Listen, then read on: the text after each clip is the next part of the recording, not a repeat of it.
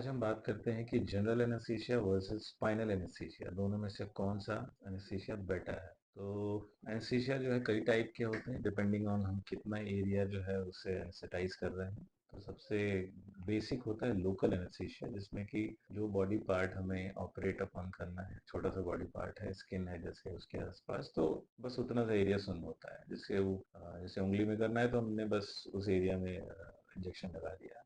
उससे ऊपर होता है रीजनल एनेस्थीसिया या ब्लॉक्स। वो अगेन एक पैर या एक हाथ या एक रिस्ट एंड हैंड ऐसे वो एनेस्थेटाइज करता है। ये एक पर्टिकुलर नर्व को पूरा एनेस्थेटाइज कर देता है। इनसे ऊपर जो जनरली कॉमन मेजर सर्जरीज में यूज होते हैं वो जनरल या स्पाइनल एनेस्थीसिया होते हैं। तो जनरल एनेस्थीसिया में हम पेशेंट को पूरा डीप स्लीप में भेज देते हैं, जिससे कि उनका जो है अवेयरनेस आसपास के सराउंडिंग का नहीं रहता, तो उनको पेन भी फील नहीं होता। ऑब्वियसली एनाल्जेसिया इफेक्ट भी होता है उसमें। लेकिन एनेस्थीसिया जो है वो कुछ लंबे टाइम तक लास्ट कर सकता है general, compare to spinal anaesthesia, जिसमें हम कमर में एक सुई लगाते हैं और वेस्ट डाउन जो पार्ट है वो एनेस्थेटाइज हो जाता है। तो इसमें ध्यान देने लायक कि जनरल एनेस्थीसिया में पूरा का पूरा बॉडी एनेस्थेटाइज्ड है, इंक्लूडिंग लंग्स एंड हार्ट। तो इन सब जो ऑर्गन्स हैं इनको चालू रखने के लिए हमें मुंह के थ्रू पाइप एक डालना पड़ता है, उससे ब्रीदिंग को कंट्रोल करना पड़ता है।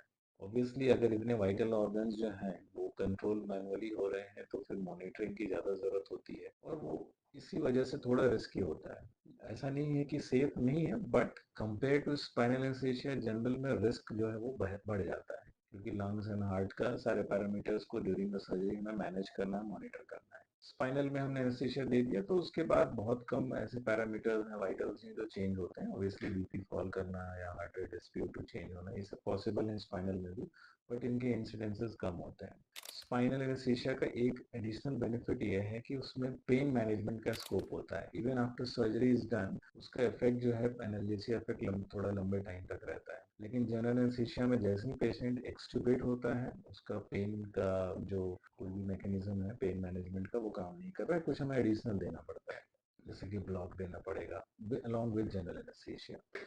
तो इन जनरल देखा जाए तो जनरल एनेस्थीसिया जो है वो लॉन्गर सर्जरीज के लिए ज़्यादा इफेक्टिव है, क्योंकि इसका जब तक हमें चाहिए एनेस्थीसिया इफेक्ट तब तक हम दवाइयाँ देकर वो मैनेज कर सकते हैं।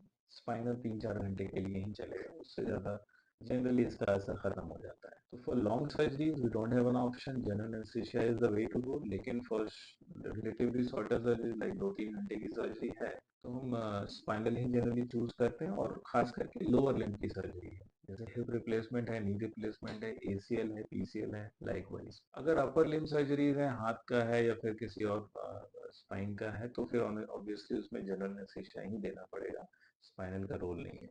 तो अगर हम स्पेसिफिकली बात करें नी या हिप रिप्लेसमेंट की, तो सर्जन्स भी जनरली चाहेंगे, एनेस्थेटिस्ट भी चाहेंगे, और पेशेंट को भी ये जानना चाहिए कि spinal is generally better in terms of safety.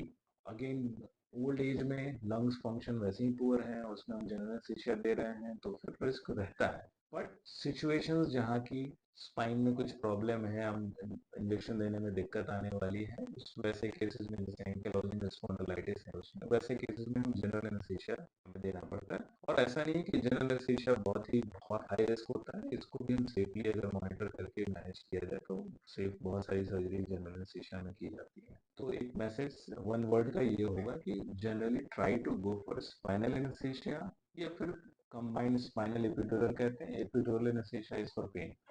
और कोशिश यही होनी चाहिए कि स्पाइनल ही करना है। अगर पॉसिबल नहीं है तो जनरल एनेस्थीसिया भी यूज कर सकते हैं, depending on the requirement. Thank you.